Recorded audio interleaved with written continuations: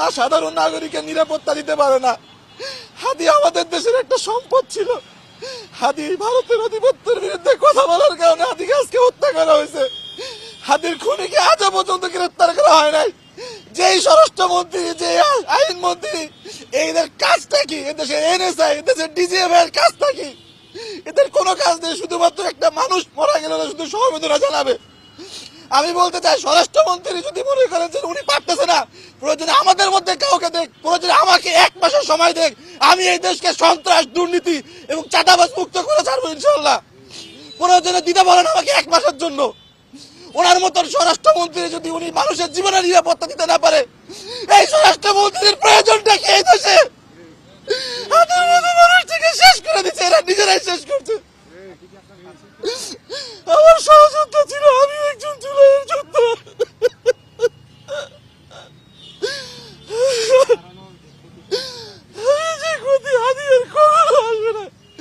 কোনদিন এই দেশে হাতি তৈরি হবে না।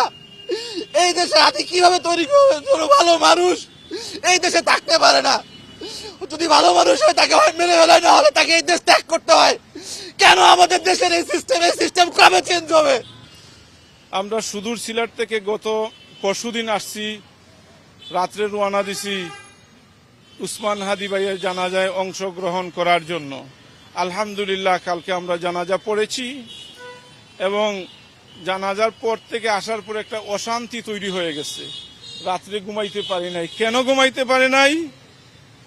শহীদ শরীফ উসমান হাদির স্বপ্ন শুধু চোখে ভাসে। আমাদের তামান্না, শহীদি তামান্না, আমরা যতক্ষণ পর্যন্ত 24 জুলাই না আমাদের বাংলাদেশে যতক্ষণ পর্যন্ত শহীদ উসমান হাদির স্বপ্ন পূরণ না হয়েছে ততক্ষণ পর্যন্ত আমাদের আর ঘুম হবে না। আমাদের এই 18 কোটি 20 কোটি মুসলমানের কাছে একটা মেসেজ দিতে চাই, আমরা এই বাংলাদেশকে হিংসার রাজনীতি থেকে বাহির হয়ে ইনসাফ ভিত্তিক একটা রাষ্ট্র চাই। আমার উদাত্ত আহ্বান থাকবে, আমার কলিজার টুকরা মুসলমান ভাই শরীফ উসমান হাদি ভাই এবং আপনারাও সবাই আমাদের কলিজার টুকরা। কারণ সাংবাদিক ভাইদের অনেক ভূমিকা আছে। আপনারা দিন রাত, কালকে আমি দেখছি সবসময় আপনারা পরিশ্রম করে যাচ্ছেন, যেটা আপনাদের বিনিময়ে আল্লাহ ছাড়া কেউ দিতে পারবে না।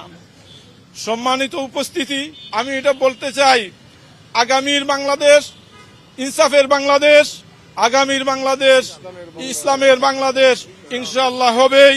আর আমরা এর জন্য ওয়াদা করেছি, ইনশাআল্লাহ মৌত পর্যন্ত ইনশাআল্লাহ আমরা থাকবো। আল্লাহ তাআলা যেন আমাদের কবুল করেন। দ্বিতীয়ত, আমি বাংলাদেশ সরকারের কাছে অনতিবিলম্ব বলতে চাই, 20 কোটি সারা বাংলাদেশের মুসলমানদের পক্ষ থেকে, সারা বাংলাদেশের নাগরিকের পক্ষ থেকে, যে আপনি আমাদের মনের ব্যথা বুঝার চেষ্টা করেন। উসমান হাদি ভাইয়ের খুনিদেরকে এখনো, স্পষ্ট খুনিদেরকে এখনো আপনারা বিচারের আওতাধীন আনতে পারেন নাই, সেটা আপনাদের ব্যর্থতা। দয়া করে ব্যর্থতার পরিচয় দিবেন না। আমরা অনেক আশা করি, ডক্টর ইউনূস ভাইকে আমরা গদিতে বসাইছি। আমি আশা রাখি সমস্ত প্রশাসন যেন আল্লাহর ওয়াস্তে উসমান হাদি ভাইয়ের পক্ষে কাজ করে তার খুনিদেরকে বিচারের আওতাধীন আনা হোক।